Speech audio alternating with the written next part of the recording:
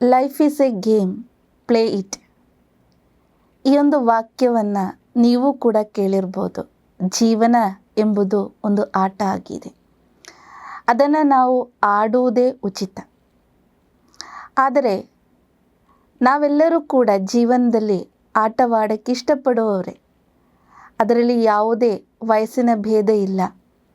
ಚಿಕ್ಕ ಮಕ್ಕಳಿಂದ ಹಿಡಿದು ದೊಡ್ಡವರ ತನಕ ಅಥವಾ ವೃದ್ಧರ ತನಕ ಆಟವನ್ನು ಆಡಲು ಬಯಸ್ತಾರೆ. ಎಲ್ಲರೂ ಕೂಡ ಆಡುವುದಕ್ಕೆ ಇಷ್ಟಪಡ್ತಾರೆ. ಅದಕ್ಕೆ ಕಾರಣ ಏನಿರ್ಬೋದು? ಆಟ ಆಡುವುದರಿಂದ ಈಗಿನ ಕಾಲದಲ್ಲಿ ಅಜ್ಜಂದಿರು ಅಜ್ಜಿಯರು ತನ್ನ ಮೊಮ್ಮಕ್ಕಳ ಜೊತೆ ಆಟ ಆಡ್ತಾರೆ, ಚಿಕ್ಕ ಮಕ್ಕಳ ಹಾಗೆ. ಅಂದರೆ ಪ್ರತಿಯೊಬ್ಬ ಏಜಿನಲ್ಲಿರುವವರು ಕೂಡ ಆಟವನ್ನು ಬಯಸ್ತಾರೆ. ಅದರಲ್ಲಿ ಖುಷಿ ಇರುತ್ತೆ, ಉತ್ಸಾಹ ಇರುತ್ತೆ, ಎನರ್ಜಿ ಇರುತ್ತೆ ಅಲ್ವಾ? ಪರಸ್ಪರ ಒಂದು ಐಕ್ಯ ಇರುತ್ತೆ. ಆದ್ದರಿಂದ ಎಲ್ಲರೂ ಕೂಡ ಎಲ್ಲ ದುಃಖಗಳನ್ನು ಮರೆತು, ತಮ್ಮ ಎಲ್ಲ ನೋವುಗಳನ್ನು ಮರೆತು ಆಡಲಿಕ್ಕೆ ಇಷ್ಟಪಡ್ತಾರೆ.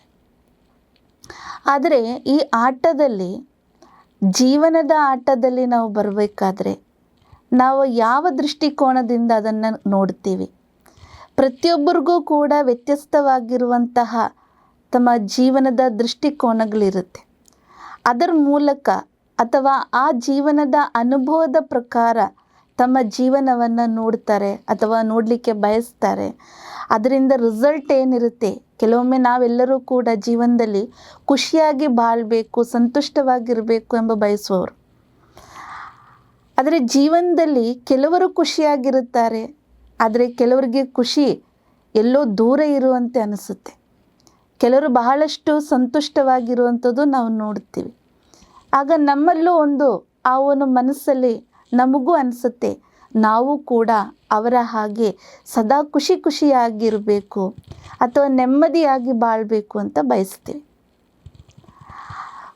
ಯಾವಾಗ ನಾವು ಸ್ಥೂಲವಾಗಿರುವಂಥ ಆಟ ಆಡುವುದಕ್ಕೆ ನಾವು ಬಹಳಷ್ಟು ಪ್ರೀತಿಯಿಂದ, ಬಹಳಷ್ಟು ಎನರ್ಜೆಟಿಕ್ ಆಗಿ, ಬಹಳಷ್ಟು ಖುಷಿಯಿಂದ ಆಡ್ತೀವಿ, ಅದೇ ಖುಷಿ ಯಾವಾಗ ಲೈಫ್ ಅಂದರೆ ಜೀವನ ಎಂಬ ಆಟದಲ್ಲಿ ನಮಗೆ ಅನುಭವಿಸ್ಲಿಕ್ಕೆ ಸಾಧ್ಯವಾಗ್ತಾ ಇಲ್ಲ. ಕೆಲವೊಮ್ಮೆ ಆಗುತ್ತೆ, ಕೆಲವೊಮ್ಮೆ ಆಗಲ್ಲ. ಆದರೂ ಆ ಖುಷಿಗೆ ಸ್ವಲ್ಪ ಜೀವವೇ ಇರುತ್ತೆ, ಸ್ವಲ್ಪ ಕಾಲದ ಜೀವ ಮಾತ್ರ ಇರುತ್ತೆ. ಅಂದರೆ ಒಂದು ಸ್ವಲ್ಪ ಸಮಯಕ್ಕೆ ಮಾತ್ರವಾಗಿ ನಾವು ಆ ಖುಷಿಯನ್ನು ಅನುಭವಿಸ್ಬೋದು. ಏಕೆಂದರೆ ಜೀವನದ ನಾವು ಆಟವನ್ನು ತಗೊಳ್ಬೇಕಾದ್ರೆ ಅದರಲ್ಲಿ 3 ಡೈಮೆನ್ಷನ್ ಕಾಣಿಸ್ಬೋದು. ಒಂದು, ಜೀವನವನ್ನು ಸೀರಿಯಸ್ ಆಗಿ ತಗೊಳ್ಳೋದು. ಎರಡನೇದು, ಜೀವನವನ್ನು ಒಂದು ಆಟದ ರೂಪದಲ್ಲಿ ಕಾಣುವಂಥದ್ದು. 3ನೇ ಡೈಮೆನ್ಷನ್ ಎಂಬುದು ನಾವು ಹಲವಾರು ಸತಿ ನಮ್ಮ ಬಾಯಿಂದನೇ ಹೇಳಿರ್ಬೋದು, ಭಗವಂತನ ಲೀಲೆ, ಇದೆಲ್ಲ ಭಗವಂತನ ಆಟ. ಕೆಲವರಷ್ಟು ಈಸಿಯಾಗಿ ತಗೊಳ್ಳೋವಂಥದ್ದು ಇದೆ.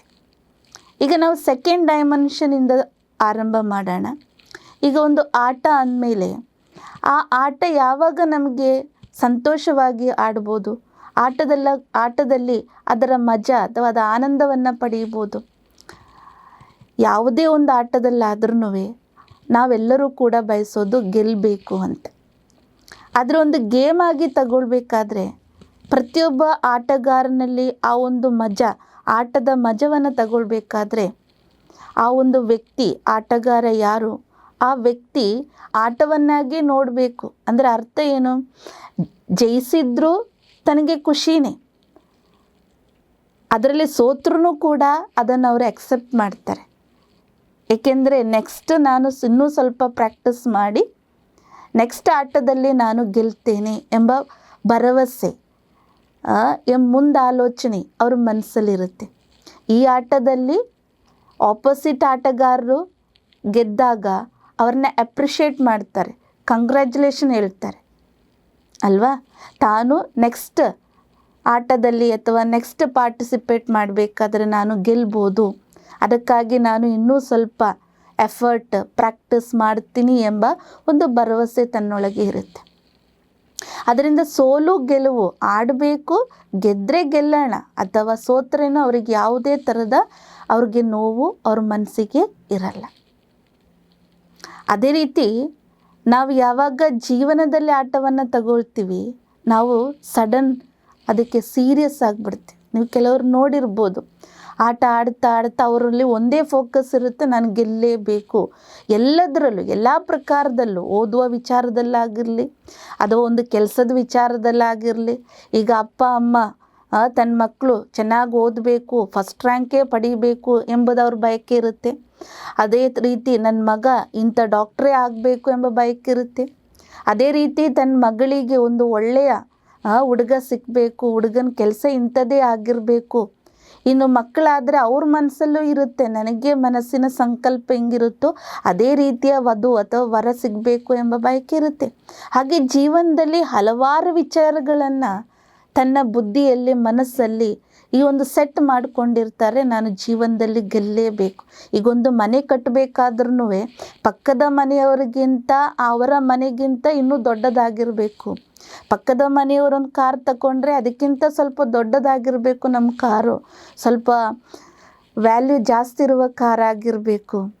ಅಂದರೆ ಪ್ರತಿಯೊಂದು ವಿಚಾರದಲ್ಲೂ ಮಾನವ ತನ್ನ ಮನಸ್ಸೊಳಗಡೆ, ಈಗೊಂದು ಆಫೀಸಲ್ಲಿ ಆಗಿದ್ರೂ ಕೂಡ ಬಾಸಿನ ಮುಂದೆ ತಾನೇ ಮುಂದಿರಬೇಕು, ತನ್ನನ್ನೇ ಬಾಸ್, ಎಲ್ಲ ವಿಚಾರದಲ್ಲೂ ತನಗೇನೆ ಒಪ್ಪಿಸ್ಬೇಕು ಎಂಬ ವಿಚಾರವೂ ಇರುತ್ತೆ.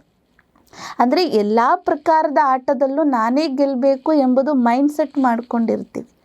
ಅದಕ್ಕೆ ಸೀರಿಯಸ್ ಅಂತ ಹೇಳ್ತೀವಿ. ಅಂದರೆ ಪ್ರತಿಯೊಂದು ವಿಚಾರವನ್ನು ಸೀರಿಯಸ್ ಆಗಿ ತಗೊಳ್ಳೋದು. ಏನಾದರೂ ಅದಕ್ಕೆ ಕಿಂಚಿತವಾಗಿ ಏನಾದರೂ ಕಮ್ಮಿ ಬಂದರೆ ನಾವು ಟೋಟಲಿ ಟೆನ್ಸ್ಡ್ ಆಗ್ತೀವಿ, ಇರಿಟೇಟೆಡ್ ಆಗ್ತೀವಿ. ಹೀಗೆ ಹಲವಾರು ದುರ್ಘಟನೆಗಳು ನಡೆಯೋದು ಯಾವುದರಿಂದ?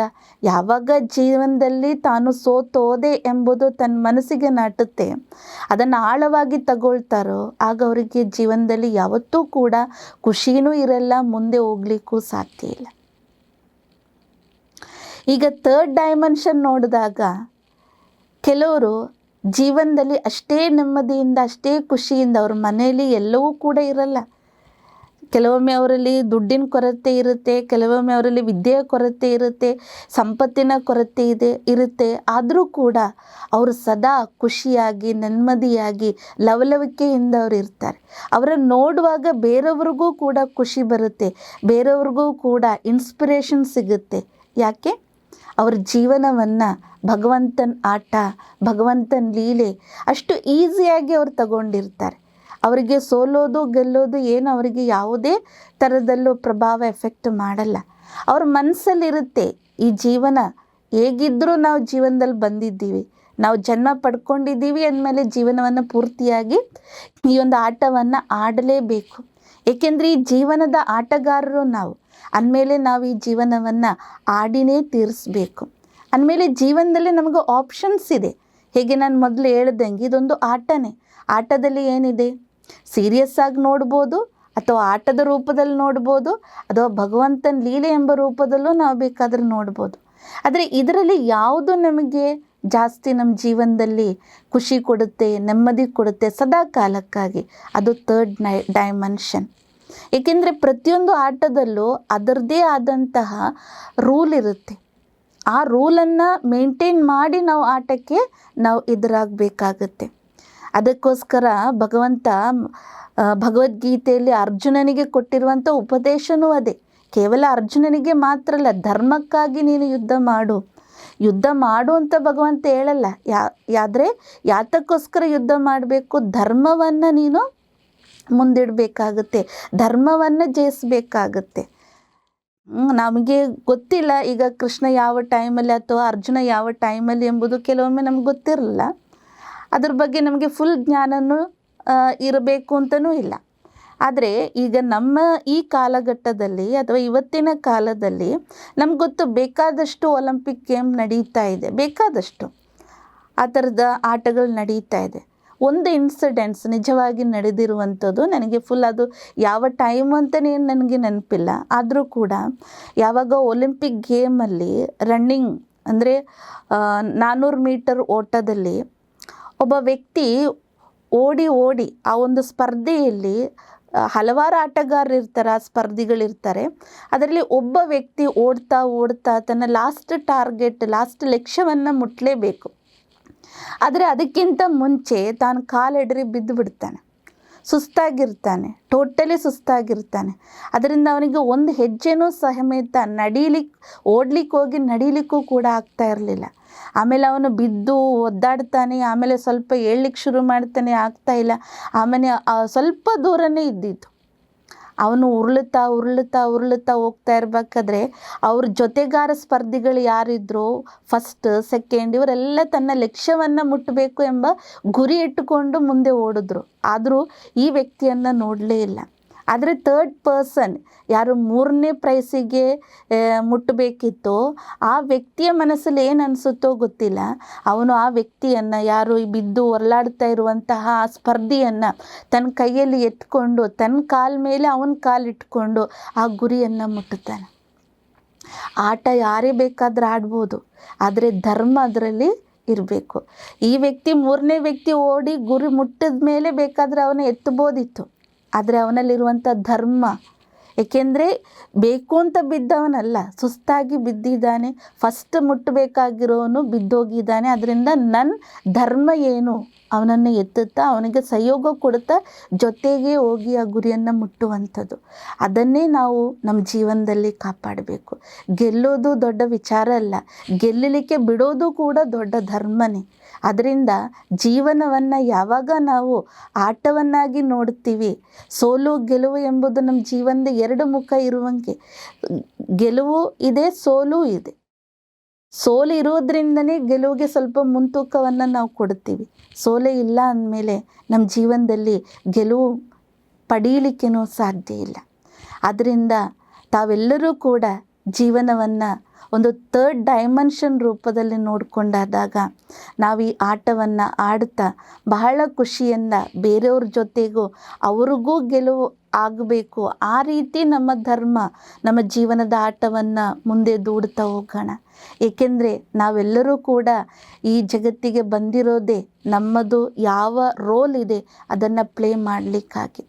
ನಾವು ಬಂದು ಆಟ ಆಡಿ ನಾವು ವಾಪಸ್ ಹೋಗ್ತೀವೇ ಹೊರತು ಇಲ್ಲಿಂದ ಯಾವುದನ್ನು ಕೂಡ ನಾವು ತಗೊಂಡೋಗಲ್ಲ. ಆ ಸತ್ಯವನ್ನು ನೀವು ಮರೆಯದಿರಿ. ನಿಮ್ಮ ಜೀವನ ಸದಾ ಖುಷಿಯ ಜೀವನವಾಗಿರುತ್ತೆ.